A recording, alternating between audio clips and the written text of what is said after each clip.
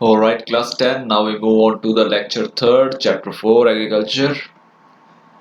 Non-food crops. So first we talk about rubber. Rubber is a crop of equatorial region, but it is also grown tropical and subtropical regions.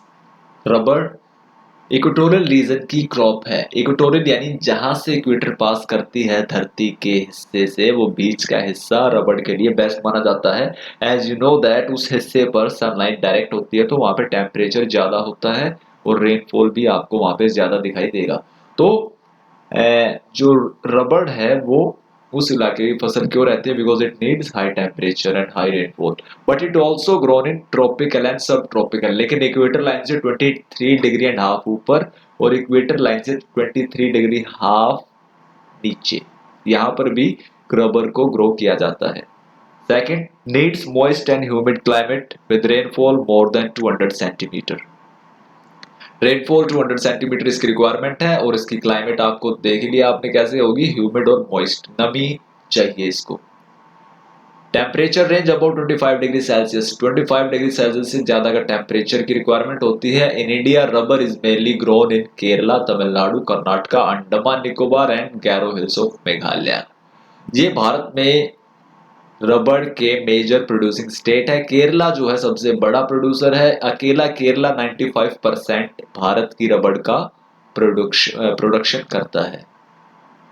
दुनिया में Malaysia number 1 पे है rubber production में। ये काफी बड़ी industry बनती जा रही है रबर, इंडिया में भी और वर्ल्ड वाइड भी। Second, we talk about cotton. Cotton is a fiber crop. Fiber crop we have 3: cotton, jute and silk fiber. So first we talk about cotton. India is the second largest producer of cotton. Bharat दूसरा सबसे बड़ा producer है cotton का। हमारे यहाँ पर खेती के बाद टेक्सटाइल इंडस्ट्री ऐसी है, कपड़ा उद्योग ऐसा है जहाँ सबसे ज्यादा नौकरियां हैं। तो कॉटन जो टेक्सटाइल मिले हैं उनमें ज्यादातर कौन सा कपड़ा बनता है? कॉटन का ही कपड़ा बनता है। Grows in the dry part of black cotton soil of Deccan plateau. तो हमारे साउथ में आपने देखा था ब्लैक सोइल कॉटन के लिए जानी जाती है, तो वहां पर कॉटन की खेती ज्यादा की जाती है। High temperature, light rainfall, high temperature की रिक्वायरमेंट है इसको और लो रेनफॉल की रिक्वायरमेंट होती है। 210 frost free days and bright sunshine are required. 210 दिन फ्रोस्ट फ्री होना चाहिए, बिल्कुल कोई पाला ना पड़े, ठंड ना पड़े और बिल्कुल चमकदार धूप रहे जब इसकी पकाई का टाइम आता है। The crop requires 6 to 8 months to mature. 6 से 8 महीने में फसल तैयार हो जाती है। Maharashtra, Gujarat, Madhya Pradesh, Karnataka, Andhra, Tamil Nadu, Punjab, Haryana, Uttar Pradesh, they are the main cotton producing state. ये भारत के मेजर कॉटन प्रोड्यूसिंग स्टेट है। कॉटन फार्मर के साथ सबसे बड़ी दिक्कत ये होती है कि इनको अपना रो कॉटन बाहर बेचना पड़ता है जिसकी वैल्यू नहीं है। आपको पता है शर्ट और रो कॉटन, इनकी कीमत में जमीन आसमान का फर्क होता है। तो इंडिया से रो कॉटन बाहर जाता है और बाहरी देशों से फिर वो वैल्यू ऐड होकर यहाँ पे आता है, किसी की शर्ट बनती है या फिर कोई भी कपड़ा बन के जो आता है, तो वो कॉटन जो है कई गुना ज्यादा कीमत का हो जाता है। लेकिन भारत के किसान को कितना मिलता है? सिर्फ जो रो कॉटन का प्राइस है 85 to 100 रुपीज पर केजी। लेकिन 1 केजी कॉटन से कई शर्ट बनती है और एक शर्ट का प्राइस नॉर्मल आप लगा सकते हो कितना है। तो 1 किलो कॉटन से अगर आपने 10 या 7-8 शर्टें भी बना ली, तो वो 7-8 शर्टें आप सोच सकते हो 400 या 500 रुपए की भी बिकती हैं, तो 5000 हो गया। तो आप 100 रुपीज का कॉटन से आपने 5000 रुपीज की कमाई की। तो ये सारा पैसा जो है ये विदेशों में जा रहा है और भारत के किसान को सिर्फ गुजारे लायक मिल रहा है। तो इस पे सरकार को ध्यान देने की जरूरत है, भारत की मिलों को इस पे ध्यान देने की जरूरत है कि हम विदेशों को compete कर पाए। चाइना स्पेशली अगर बात करें तो कॉटन प्रोडक्शन पे काफी आगे है। तो अमेरिकन देश है, इंग्लैंड है, इटली है, तो ये सारे जो हब है ये काफी ज्यादा फायदा उठा रहे हैं। मेहनत हमारा किसान कर रहा है और सारी कमाई ये देश लेके जा रहे हैं। इनका किसान नहीं उगाता, किसान उगाएगा इंडिया का, लेकिन जब उस पे कमाई की बात आएगी तो फिर ये देश आकर अपनी कमाई का मोटा हिस्सा यहां से उठाते हैं। Now we talk about jute. Jute is golden fiber.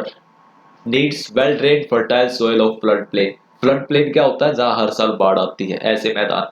उसका फायदा क्या होता है कि हर साल बाढ़ जो होती है नई मिट्टी लेके आती है, और जो जमीन होती है नदियों के आसपास वो काफी फर्टाइल होती है। तो वेस्ट बंगाल की स्पेशली बात करें तो कोलकाता हुगली नदी के किनारे है, और हुगली रिवर जो है बेस्ट है वो एरिया सारा जूट प्रोडक्शन के लिए। वो हम नेक्स्ट चैप्टर में देखेंगे, चैप्टर 6 में ये आएगा।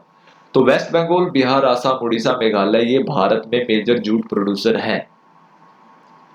बांग्लादेश दुनिया में नंबर 1 है, फिर भारत का नंबर आता है, लेकिन बांग्लादेश का जूट भारत के मुकाबले काफी अच्छी क्वालिटी का होता है। It is used in making gunny bags, mats, ropes, yard, carpets and other artefact. इसका इस्तेमाल किया जाता है गनी बैग्स बनाने के लिए, मैट, रोप्स ये चीजें बनाने के लिए इसका यूज किया जाता है। But due to its high cost it is losing market to the synthetic fibre. लेकिन इसकी जो लो कॉस्ट है वो काफी हाई होती है। As you know that natural है, मेहनत लगती है तो काफी महंगा होता है इन कंपेयर टू द किसी भी प्लास्टिक या किसी भी सिंथेटिक फाइबर के मुकाबले। तो दैट इज वाई आप पाओगे कि पहले कभी पुराने टाइम पे जो चीजें बोरियों में पैक होती थी जूट की बोरियों में, वो फिर प्लास्टिक में आने लगी। लेकिन as you know that plastic is bad for our environment. तो जो कंट्रियां इसको अफोर्ड कर सकती है, रिचेस्ट कंट्री यूरोपियन अमेरिका, तो वो अब दोबारा जूट की तरफ अपना ध्यान दे रहे हैं, और भारत, बांग्लादेश यहाँ से काफी जूट इन देशों को जाता है। भारत में भी नेशनल जूट पॉलिसी चलाई गई है जिससे जूट के किसानों को फायदा मिले। Third type of fibre crop we have silk. Okay, तो silk fibre is obtained from the silk worm. As you know that cocoons होते हैं सिल्क वॉर्म के, उन कुकून्स को उबाला जाता है और फिर उससे सिल्क थ्रेड निकाला जाता है। So these are the 3 type of fiber crops we have, and this is the end of the lecture 3. Stay tuned. Next lecture we will talk about some important fact of agriculture in India. Okay, thank you.